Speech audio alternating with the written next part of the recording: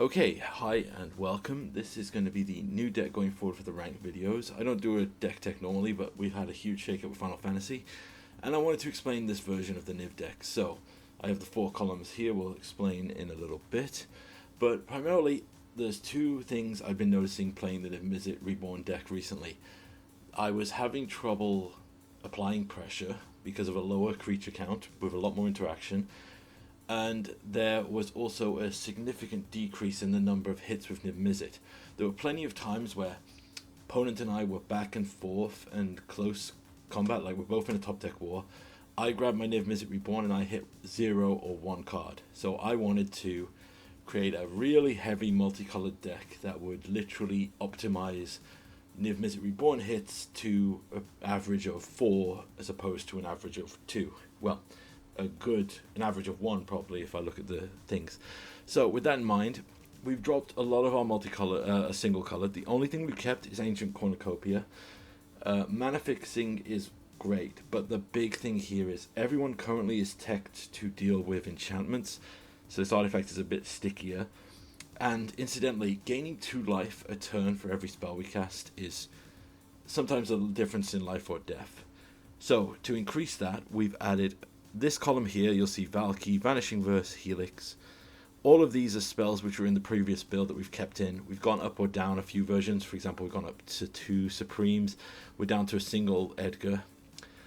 And then we've got some additional multicolored spells we've added in. We've added Tyrant Scorn for an additional removal. We've removed the Leyline Binding, so we need more answers for creatures. We have Cosmic Rebirth, which buys back a lot of stuff with our new build from Final Fantasy. And the Roaring Furnace. Maybe people remember this from Duskmourn. It is a 2 mana damage based removal spell based on your hand or an additional card draw / no maximum hand size.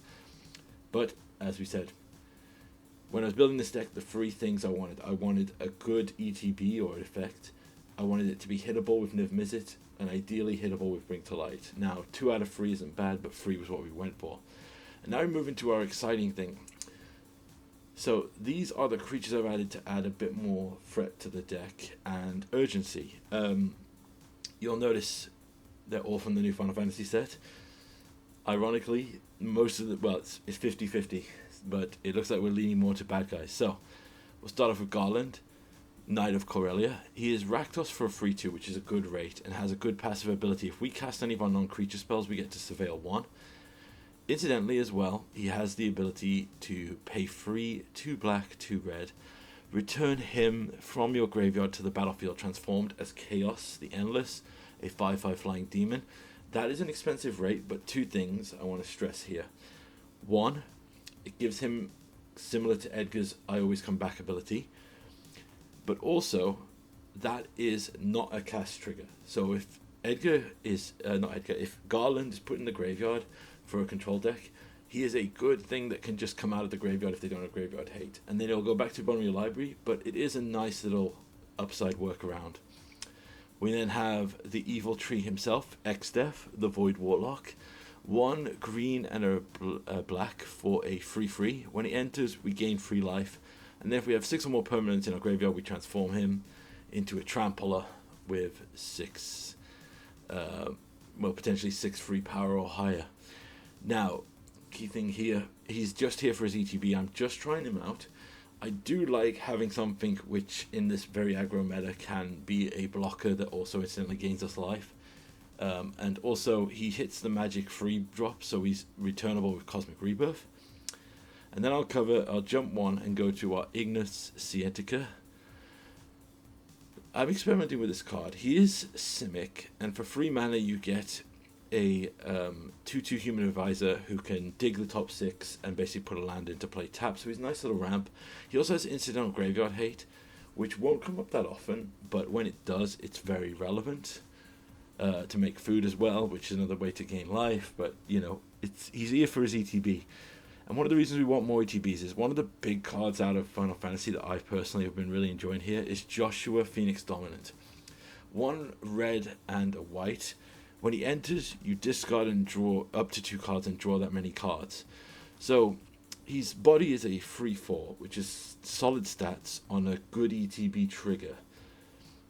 I kind of have him in place of Fable now. I don't think he's better than Fable. I think Fable's still one of the most busted cards ever printed. But what Joshua reminds me of is anyone who played with the old Nicol Bolas creature that flipped into a Planeswalker. You played him for his ETB and stats, but occasionally you got to trigger the flip ability. And Joshua, it's free red and a white and tap him to exile him and then return him to the battlefield as a 4/4 flying lifelink Phoenix. With Saga's chapters 1 and 2 deal 2 damage to each opponent, and then Saga 3 return any number of creatures with total mana value of 6 or less from your graveyard to the battlefield. So, huge thing. It's a ticking time bomb. It's a good body. It gains you life. It's evasive. It reanimates every creature in our deck. It could get something from the thing of getting like Garland and Ignis, or just return a Niv Mizzet for another ETB. It's all round really solid. It doesn't come up probably, I think, as much as it might. It's not the reason we play it, but it's an insane solid upside. Sideboard wise, we still got the same thing here. We got our Fatal Pushes, No More Lies, Ashiok the Dream Render for Graveyard Hate, Leyline of Sanctity for the Mono Red Hate and Fortseas Hate, Culling Ritual for Weenie/Sack Hate, and Yorion is our companion. So we're running 35 lands. Mana base might change. This is day one of trying this deck, so we'll see how the games go. Enjoy the couple of games we're going to slap on here, showing off how this deck runs, and I'll keep you updated as it evolves. Alright, we got Final Fantasy cards. Let's see what we can do. And our first opening 7 does not have any Final Fantasy cards. So let's keep this because we have 2 forms of removal and... Ooh, Simic. Well, let's see if they're on brand. They have Kiora. They are indeed. Merfolk Sleeves, Kiora. I love it. Okay. So, we need them to deploy something. They're Sentinel the Nameless City, so let's destroy that. Oh, he did. Right, let's get our boy Edgar down. Okay. Smuggler's Copter. Interesting choice, but good with a deep pilgrimage. Oh, there's a Phoenix, but you know what we gotta do? We gotta see if they have a counterspell. No, okay. So let's see what Niv finds us. 4 cards. This is good. I like the increased certainty of having more stuff. Right, let's go in Vedga. Deep Flitz Drowner to tap down a Niv, so they could shuffle Niv away here, but we have a million ways to bring it back. They make a... yes. Right, they make a Merfolk. Honestly, their best bet might literally just be to Drown Pit the Edgar. Because this deck doesn't run the high levels of... Ooh, double Deep Root Pilgrimage. Okay. Yep, okay, they're shuffling in our Edgar to get him away. Right, okay, now we got choices. So, let's bring to light here. Is we getting a counterspell? No, okay. So we could just grab... I think we just go Niv. They shuffled him in, let's pull him back. Right, we'll grab a Helix because we have Joshua's in hand. We can discard some stuff down here. Potentially set up for a Joshua flip if we can. Let's keep the pressure on with Edgar. Yeah. If they have to trade, they have to trade. We basically... it's standard tribal rules. You have to make sure they don't have as many cards, as many fields, creatures on the board when they're going to drop their additional things. I'm very much struggling here. So we discard down, we keep removal, and a Joshua. And a way to bring back a creature. They did have the Company. Main phase Company is interesting. Double Sentinel's very good. So they could quite easily now go Smuggler's Copter, yep, Crew. They could Crew again to make more. No, they're just pumping it up. There's another Commander. Right. Okay, on our turn, play this land. I think we go in for combat, then go for the board wipe here. Keep their board presence down. Ooh, they want to trade for Edgar. I'm okay with that. We gotta remember the rule of Edgar. Okay, so we'll definitely kill Sentinel and name the city. Edgar will flip back. Let's bring to light here. This board is dangerous and could kill us, and they've animated the Smuggler's Copter, so we gotta take this opportunity to just go with the old "oh, he did" and blow up the world. Nice. Let's see what they have. They pass, so this is definitely presenting a collected company or a Tidebinder. Let's shock in here and get down Joshua, our new addition. I've been really impressed with Joshua here. We could even potentially flip him. I like our hand though, so I don't think we discard. And we just pass it back. Oh, no company. Interesting. Ooh, Kumena. Okay, we don't have red, but we can Tyrant Scorn here, so I think we probably have to do that in the end step. No, I think we pass. Why do we pass? Oh, Maelstrom Pulse. Ooh, that's beautiful. Oh, he did. Takes out both of the pilgrimages. Tyrant Scorn. Oh, he did. Take out the Kumena. And then we can get in and attack. Yeah, this is one of the reasons I like Joshua. It's a road stop or it's good power at the same time. Sentinel Scout comes down. Edgar's going to flip on our turn to do huge damage, so they need a company here. Although we could have helixed. But okay, we'll play Ignis here, because I want to use all the Final Fantasy cards in this game apparently. Oh wow, I'm glad we did that. That is a lot of lands that were coming in the top 6. Alright, what we got here? Oh, Brazen Borrower, of course. Nice bounce. Okay, Brazen Borrower. They have another one? They do. Another Brazen Borrower, so they think they can survive, but we'll just hit them with the Helix. Nope. And then we'll Vanishing versus the blocker, just to clarify that they had no way to survive this. Alright, Culling Rituals. Yep, Fort Caesar's in. No More Lies. Maybe No More Lies is a bit risky here. The more I play, the less I'm impressed with Garland being a 4-of. I think he might go down. Potentially you could also pull down X-Def, maybe. It's hard to say here. The reason I took out the Cornucopias is, if Cornucopia is a win more card, if we have like a million ways to stay alive, then we can... if we're keeping the board policed, we don't need to worry about our life total. Alright, let's get Garland down. There's a Vidalcan Hexcacher. This is another reason why I really wanted to play this. So this is perfect. So let's Fatal Push. Oh, he did. The Tide Catcher. We have 2 mana to save it here. Right, there goes. We attack in. If they want to go for the block, that's fine. We can then Lightning Helix, Surveil again, keep the Niv on top. Perfect. So we can now drop Senute Scout comes down. So we can drop this Triome and hold up potentially a No More Lies or a Lightning Helix. Oh no, we don't have blue, duh. Well, guess we gotta... Oh, he did. We gotta make sure these Hex Catchers are not on the field. They are insane against our removal here. Opponent animates a Mutavault, which is a good indication they do not have a option here. But we could just go for the reload here. But they probably have... Oh no, Disdainful Stroke. Very nice.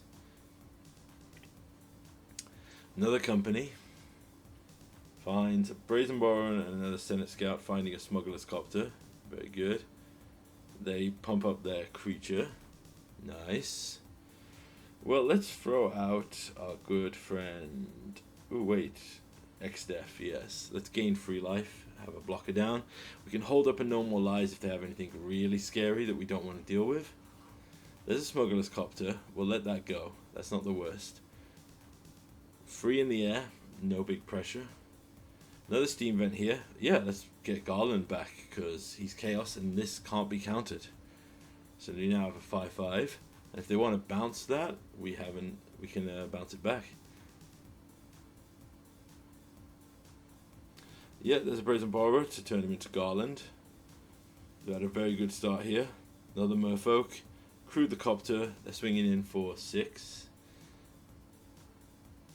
They discard a Sky. Alright, let's go for the Supreme here. They've got one card left in hand. It's another Disdainful Stroke, we'll call it here. Man, they had a perfect draw to counter that. Let's run it back. Unfortunately, yeah.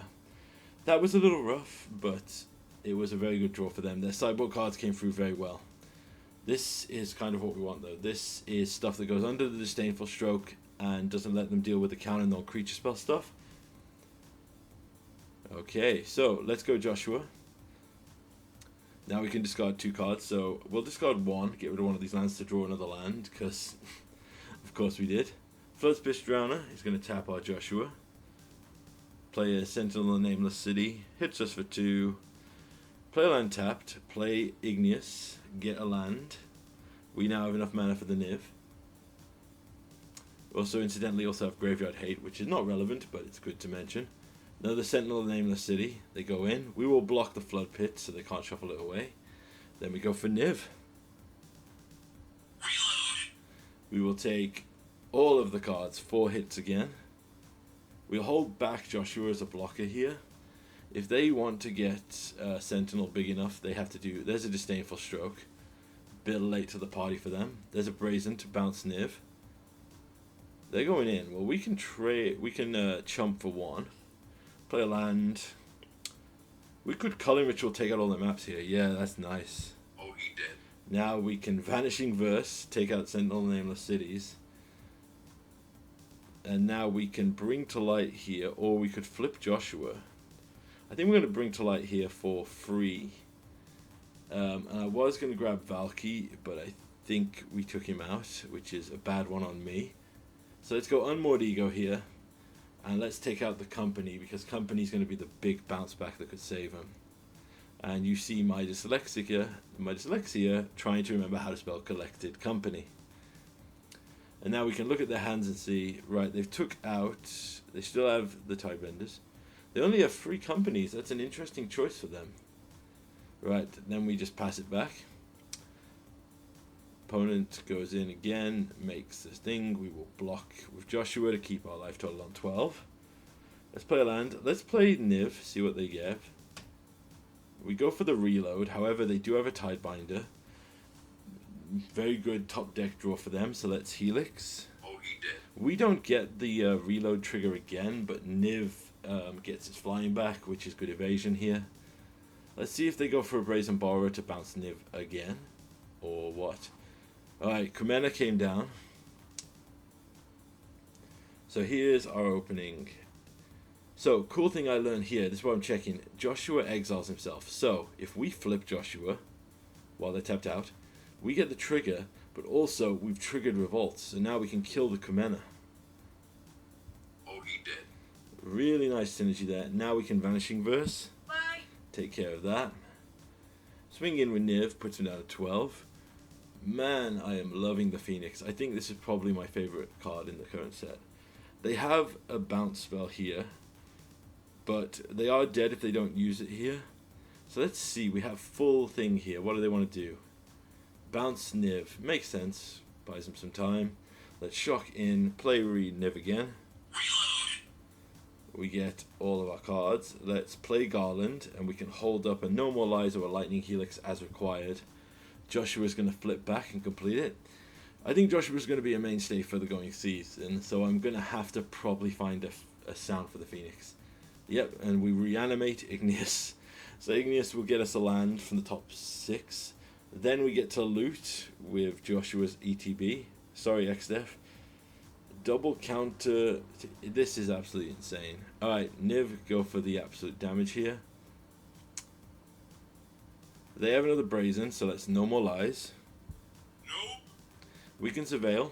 Niv Mid Supreme's a good counter. So let's see if they pay for it here. They do pay for it, so we gotta say it again. No. Alright, that's gone. And I'm gonna cast a spell. Oh, he did. Get rid of Edgar and hit you in, and we have all of our new cards on the field. Love it. Okay, final match here, and this one was a bit of a weird one, so I wanted to highlight this because this was just crazy to me. So we play a tap Triome, pass back to our opponent. They play another land.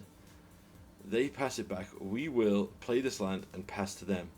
And straight up they concede. So I'm assuming that they didn't draw the third card, which is really weird. It seems like way too much early of a give up because we didn't have any pressure, we didn't have anything. Now, I kept that in even though that was a tough start because I really wanted to show this deck. This was actually a pretty cool deck they had. So we don't have blue, but we have a cornucopia. So they play a Marauding Mako and Proph's Eidetic Memory. This is a Jeskai Monument deck, and it is really sick. I actually really love the way this deck is designed. So first, Oh, he did. take that out. So for those of you who don't know, it's built around Monument. There it is, Monument to Endurance. Such a cool card. So first things first, let's get an Ancient Cornucopia going. They will start to drown us in value because they will turn their... Ooh, recommission. Oh, this is I remember now. This is Jeskai Monument. So first things first, let's get X-Def down, gain some life. Gain more life. Pass it back. Let's see what they do on their turn. We might want to just hold this Vanishing Verse for something truly scary. They go and they don't attack, so at the end, let's Vanishing Verse. Bye. Take care of the Mako if we can. Nope, they have a Stubborn Denial. Very nice addition. Let's shock in, play the Ancient Cornucopia, gain life. Let's hold back. They could instant speed pump it because the Mako gets it for each time they discard a card. So if they cycle, we could be in trouble. So let's cycle for them. Pass the turn. Let's shock in here. We've got a combat attack in. Take the hit. Pass it back. Right, on their turn. They're going to go for it, but we are going to end step because we want to try and get no other interaction. Interesting. What is in their hand? Alright, we'll attack with X-Def, trying to bait something out, but first, then let's try and see if we can hit with Niv. Reload. We do, and hit a full sploo. This is really nice. Let's throw down Garland and pass it back. And yeah, opponent concedes. It was a cool idea deck, but I really wish they'd played more.